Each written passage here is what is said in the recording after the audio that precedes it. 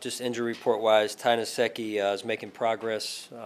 We'll know a little bit more tomorrow at this point and take it one day at a time. With that, we'll open it up to your questions. What's it like to wake up this morning and know that you're firmly, in contention for not just the wild card spot, but an AFC title, given how your schedule lays out? You're playing a team that is just ahead of you right now. Yeah. What's that like? Well, we take them 1 week at a time, John, as you know. Big challenge coming in here this week. Really good football team. Probably one of the, if not the hottest football team going in the NFL.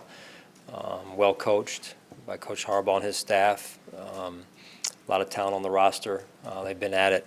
A lot of continuity with John and his staff and their players. So we've got to be certainly ready to go.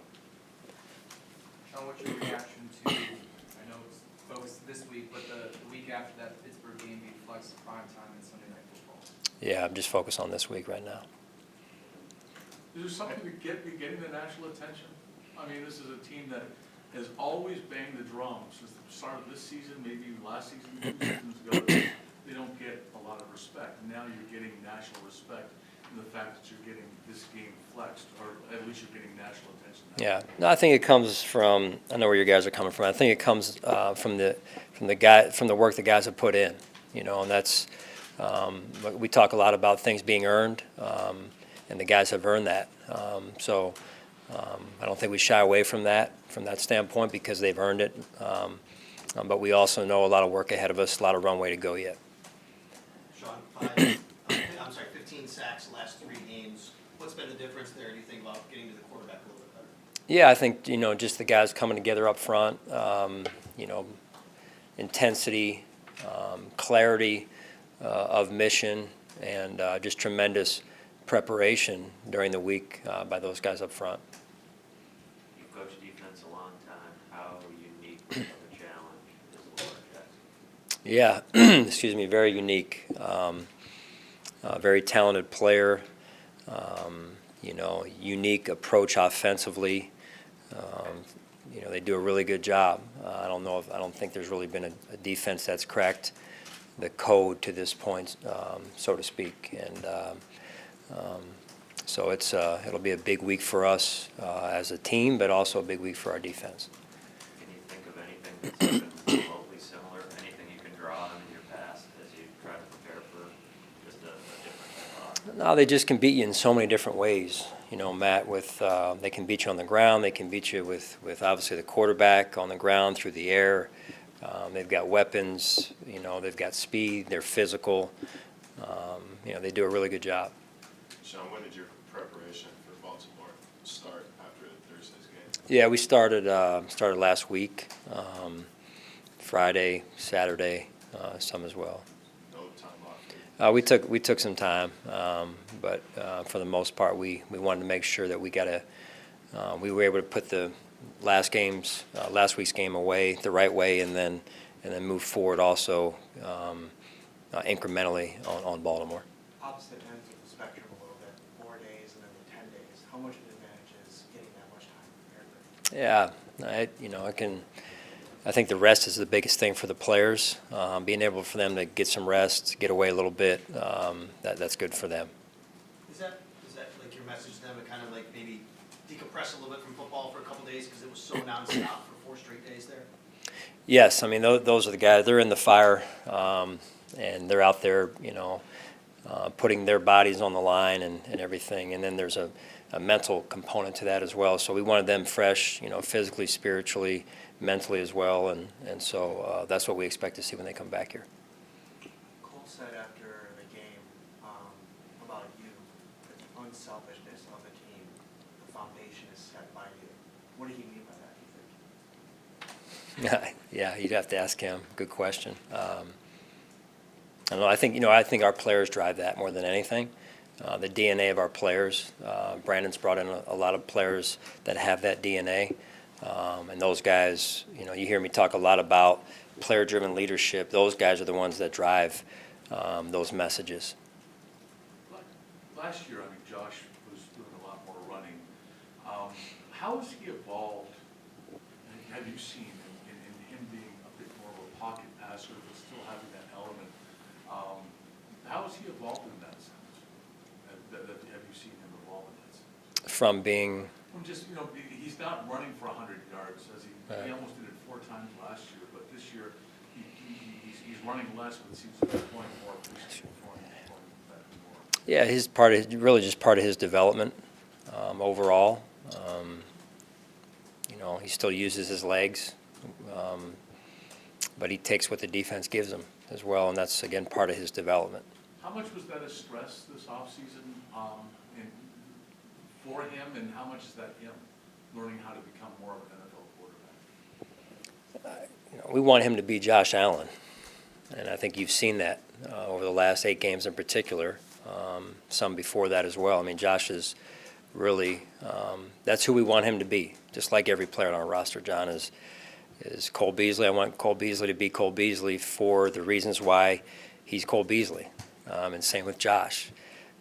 I want those guys to be themselves, and all the while develop in the common thread to being good NFL players, like Josh in this case as a young player, young quarterback. There are certain steps he has to take at that position, but overall, I mean, we draft players to be themselves and express and show their true personalities, and that's part of our culture. And I think that's the only way they can be the best version of themselves at the same time.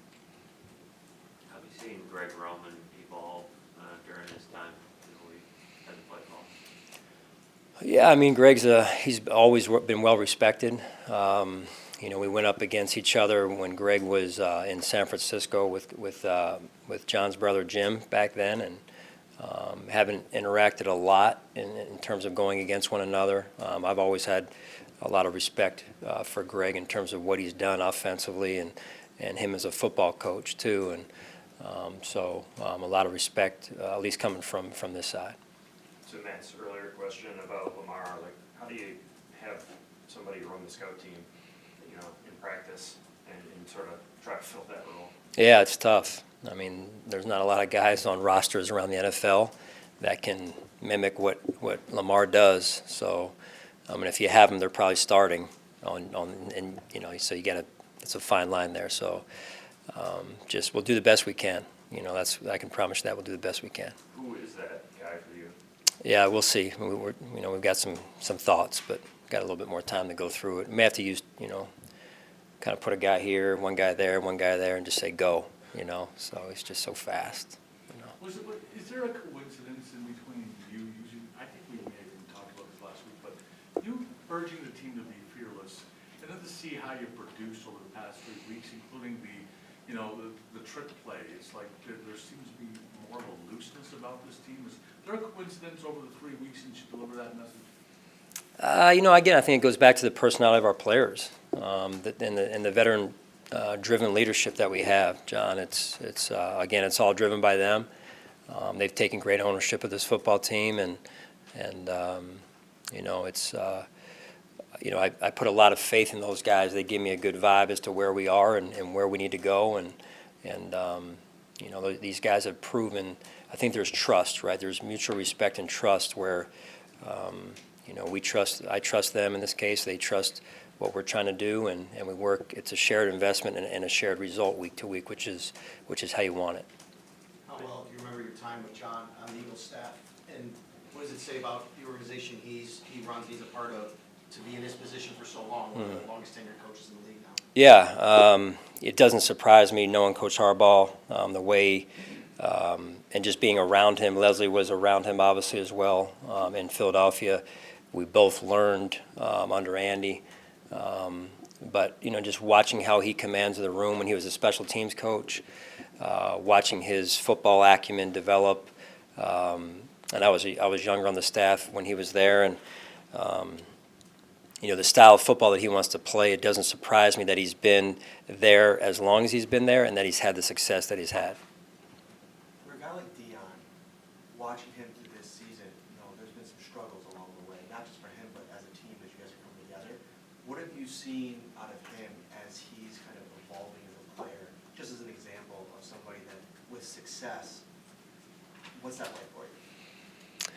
Well, again, with Deion, again, another young player that has taken another step this year. Credit to Deion and his hard work. Credit to Bobby and the offensive line, and really the whole offensive line room. It's fun to watch those guys work together to make each other better, sharing ideas, preparing in the film room, holding each other accountable.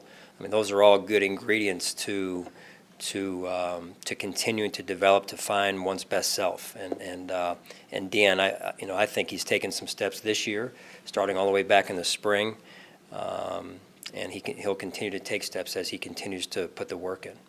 What did you learn about Lamar when you studied him coming up? Yeah, I mean, you see the athleticism, you see the ability to throw it, to hurt you in the air as well as on the ground. Highly competitive. The same things that the world is seeing right now is what when we watched him, and we spent time with him at the combine. There was a lot of those plays in college as well, and that hasn't changed much going to the NFL.